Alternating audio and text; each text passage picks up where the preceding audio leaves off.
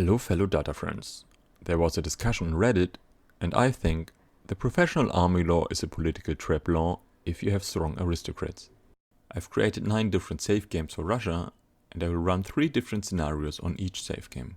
Let's add the results to our scatter plot. I did some more tests, and it's even worse than I thought. Many countries start with peasant levies, and often it's easy to change this law to professional army with the help of the armed forces. What are the political advantages or disadvantages? I consider something good if it weakens the landowners, because that's what you usually want to achieve. Peasant levies buff the political power of aristocrats by 25%, which is bad. And it makes aristocrats more likely to support the armed forces, which is good because then less aristocrats support the landowners. It is written here because we are losing this bonus by switching. Professional army buffs the political power of the armed forces, which is good, but also makes non-army pops less likely to support the armed forces. While this leaving political power will redistribute to all other interest groups, remember that aristocrats are the most powerful and most likely to support the landowners, so this is bad. So in conclusion, there's no clearly superior political option here. We are changing both positive and negative effects. Let's dive deeper and look at the political support distribution of a random aristocrat pop. This here is a target distribution. There will be fluctuation, but they will slowly move towards this. The landowners have a base rate of 250 and some leader bonus. The armed forces have a base rate of 100, another 25 from not being discriminated, and some leader buffs and debuffs. So 26% want to support the armed forces. In the census window, we can see the total political power of pop types. Here we can see that aristocrats have about 32 million political power. So about 8 million political power from the aristocrats goes to the armed forces under peasant levies. Under professional army, the base rate drops to 50 and the non-discrimination rate drops to 12.5. Let me verify this by quickly enacting the professional army law through the console. So now only 15% of the aristocrats want to support the armed forces instead of 26. The total power of the aristocrats dropped to 28 million political power, and about 4 million goes to the armed forces. So while the aristocrats got weaker in general, it's almost paid in full by the support for the armed forces.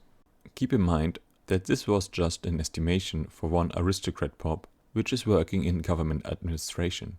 Other aristocrat props can and will have other target distributions, so the overall numbers might be different. But we are still talking about several million points of political power. When we scroll down in the census menu, we can see the whole political power of servicemen and officers. They have less than 1 million political power combined, which is somewhat insignificant compared to the aristocrats. In the Reddit discussion, there was also the argument, you can't just enact the professional army law, you also need to expand your military to capitalize on the plus 25% buff. But even if we double our army, which is already 200 units strong, and then add plus 25%, that's still less than 2 million political power. That is still rather low compared to the aristocrats. Still, we need some hard data, so now it's time to run some tests. I've created 9 different save games for Russia, and I will run 3 different scenarios on each save game. The first scenario is called baseline. I will do nothing for 3 years. Then we get a feeling for the natural trend of Russian politics.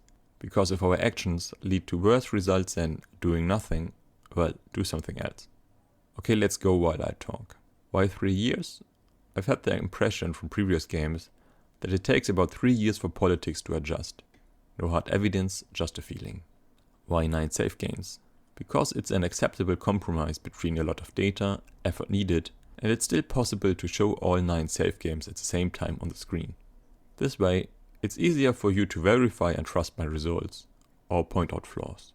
We got our results, let's put them in a scatter plot. On the x-axis is the political power of the landowners, and on the y-axis is the political power of the armed forces.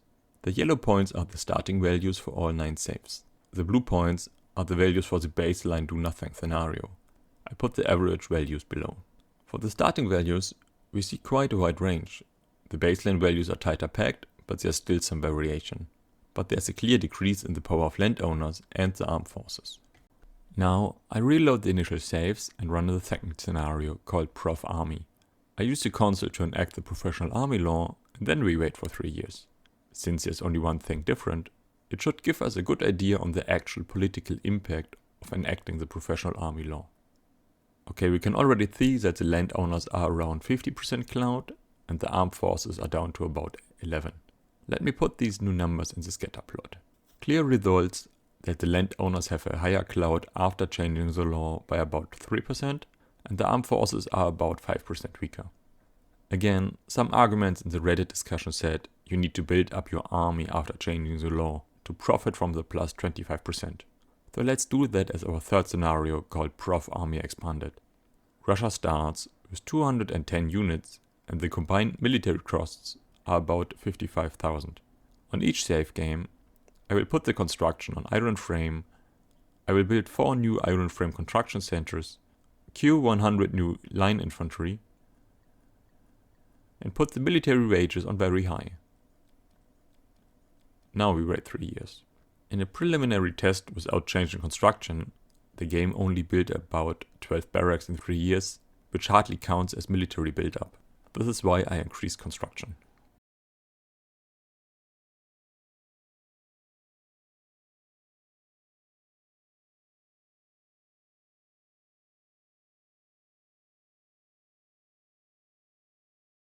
Okay, it's done. Let's add the results to our scatter plot.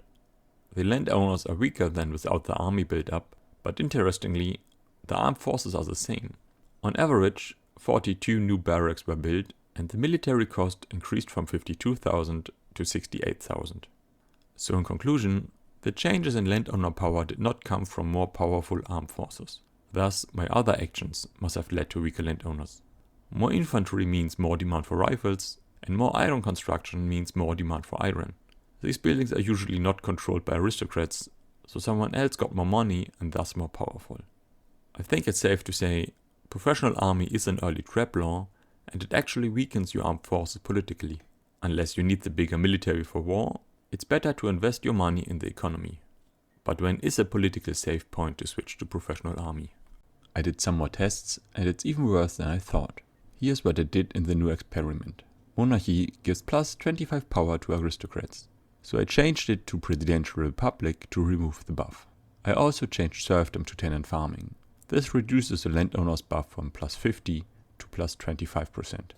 Then I removed all landowner generals and admirals, thus removing plus 21% from them. Now again, baseline is doing nothing, and prof army law is enacting professional army law and then do nothing. The 4 tests on the upper left are the baseline scenarios, and on the lower right are the professional army law scenarios. I did not change other laws, because some have huge impacts on the distribution of power, like homesteading. If you have those, then you likely have already beaten the landowners. Okay, the results are coming in, and it seems like the landowners still profit from the professional army law. Scatter plot time. Starting values are the values after the changes and waiting for a week in the baseline scenario. Blue is the baseline result and orange is the professional army result. Seems like we have one orange outlier, but even the best orange point has stronger landowners than the worst blue point. Professional army is still a win for the landowners, although I have already weakened them. So in conclusion, I think I have gathered compelling data that the professional army is indeed a political trap law. You need to break the power of the landowners before changing the army law if you don't want to increase the power of the landowners. What do you think? Did I convince you? Please leave a comment. If you want a full guide on migration after the changes of 1.6, click on the top video. Thanks a lot for watching. Please consider liking and subscribing.